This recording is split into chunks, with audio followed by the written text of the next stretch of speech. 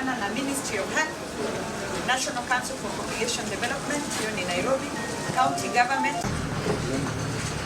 You are done, Chairman. Thank you. Asante sana. Now, I want to tell you the truth. Hawana ana. Lakini wanataka service fanya kwa muda ambao so ni asanteni, nimeweza kunakili mambo. Our Secretary General na tumefurahi sana kuwa na nyinyi. Niliambiwa kwamba Tana River, when we want to do a project in Tana River, there are the factors that we need to consider. The facts of the matter. Kwa hivyo wakati tunafanyia hapa kama hatuwezi patia wana sasa katika ile management ya health management kama ilikuwa structures, kuna community tuanze gap. Kama swala mambo gap, there is a gap. There is a gap on that. On that area. Yeah, please. That's kama kuna gaza ile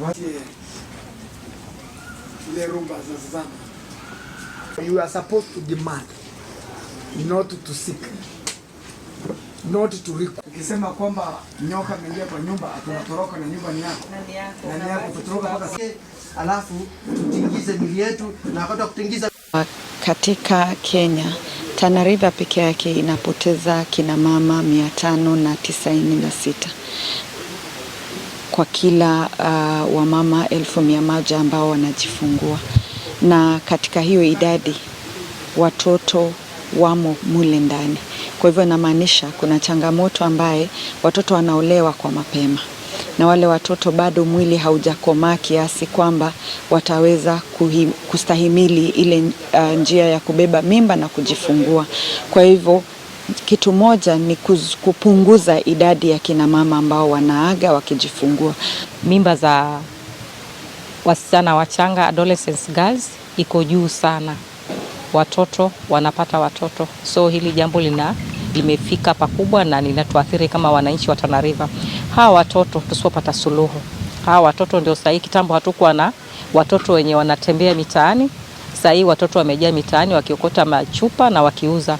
Unakuta ni mtoto ambaye amezaliwa na mzazi mchanga, mama ni mtoto, so unakuta mtoto mama hana uwezo, mtoto anarandaranda kijijini. Tamaduni za huku kwetu sababu kweli ndio mara nyingi zinachangia hizi mimba za mapema.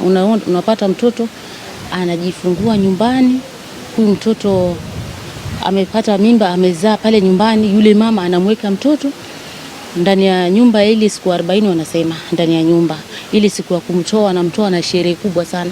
Yule mama anaalika vikundi, anaalika marafiki, wanafanya mchango, wanakuja wanafanya sherehe kubwa pale. Sasa ile mchango wanamchangia yule msichana na kumtoa na sherehe. Unaona na wenzake pia wanasikia raha, na wao pia wanatamani nao pia wazai nao wachangie hivyo hivyo afanywe sherehe. Unaona sasa. Sasa watoto, mtu akiona rafiki yake ameshazaa akafanywa sherehe kubwa, naye anatamani naye pia azae afanye kuchangiwa.